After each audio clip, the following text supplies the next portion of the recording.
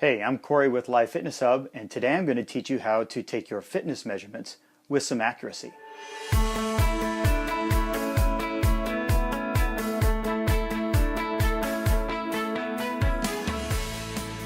Okay, so here we have our cloth or fabric tape. It's the same type of tape that they use at a tailor shop. Inches are on the outside, real big numbers. Don't use the side with the small numbers, the big numbers, and we're going to start with a neck measurement. And so with the numbers facing out, I just go around the back side and I take the tape and I place it right there in the middle of my neck between my chin and my collarbone, and then I put the tab right there on the neck center. And I come around and I don't pull tight, I just come around and then with my hand I just bring it up and I place it right about there. So my measurement is 16. Again, a little bit of tension, but don't pull too tight and you'll get an accurate measurement on the neck. So that's the neck measurement. The next what we're going to want to do is we're going to want to go to the right forearm. You could do left forearm if you're more ambidextrous, but I'm going to use my left hand to take the measurement, and so I am going to place it. Now notice I make a fist, and it's the big part of the forearm there, and I'm going to place the tape there. I kind of hold that up against my side, and then I come around, and again, don't pull terribly tight, and I can see the end of the tape measure sticking out from underneath. So for me on this one, it's going to be 11 3/4, and that's important because all we're concerned about is the 1/4 inch measurement. So it would be 11, 11 1/4, 11 1/2, 11 3/4, or 12, and that's important. We don't have to necessarily worry about the smaller measurements in between. So that's the forearm. Moving to the wrist, you'll stay on that same arm. If you're on the right arm, you just move down to the right wrist, left arm down to the left wrist. And so I put the tab right there on the top of the wrist.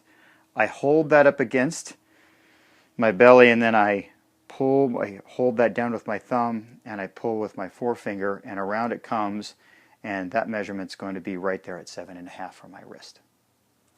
So we've done the neck, the forearm, the wrist, and now we move to the waist. On the waist, I just reach around the backside, and I like to hold that tab right on the navel, right over the top of the navel, and then I pull right around and I come right up. Now, you don't want to suck in, because I know that's the temptation, is to suck in, but you come right around and you're going to come right up and you're going to take a measurement wherever that, again, you don't want to pull tight, you take a measurement around the waist. And now let's move down to the hips. The hips means it goes right over the top of the buttocks, and it comes right around. Now on this one I find it a little easier if I come right over the top of the quadricep, right at the top of the quadricep. And again, you can do this with clothes on. That's what we do with our clients, is you just pull that right over the top of the buttocks around, and then don't pull too tight, just snug, and you get as close to that 1/4 measurement as possible, wherever that may be. So that is the hip. Now we'll go to the thigh, or the quads. And so I like to stay on the same side of the body, and so because I was right forearm, right wrist, I'm just going to move down to the right quads, and it's going to be right there in the middle of that thigh. And so I place that tab right over the belly of that thigh muscle. I come around, make sure that there's nothing in that pocket. If you have keys in the pocket, take them out. You come over the top of that, and you just pull it so that there's a little bit of tension. Take your measurement, and you move on. And one final measurement is going to be the calf. And so on the calf, I like to plant my foot. That right foot, I would plant that. I would kneel down so that I'm in a lunging position so that I can then at least get the tape measure around. Now, on this one, if the pant leg, which is often the case, gets in the way, you can always pull that pant leg up. And then you can, once you get it around the calf, it's right in the middle of the calf muscle, right in the center, and then you place the tab right over the top of the shin, and you pull around and you take your measurement again on the 1/4, 1/2, 3/4, or whole number mark. And those are the only measurements that we need. Those are the only measurements that really matter.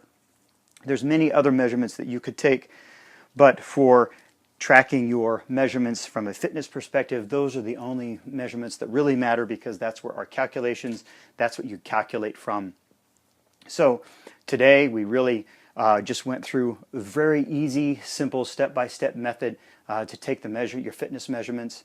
And if you just take your time and you get used to it, you may have to take a couple of practice runs, maybe write your measurements down a couple of times, make sure that you're pretty accurate every time you take them. So for instance, like the neck, you take the neck maybe 3-4 times, see how close you are each time, and then you'll get the feel of it. And then once you do it a few times, and then you start using these to track, and you track your measurements over time as you're losing fat, as you're gaining muscle, whatever it is that you're looking for, it is amazing that by taking these measurements you actually get better and better, and it's a great way to be able to track your fitness.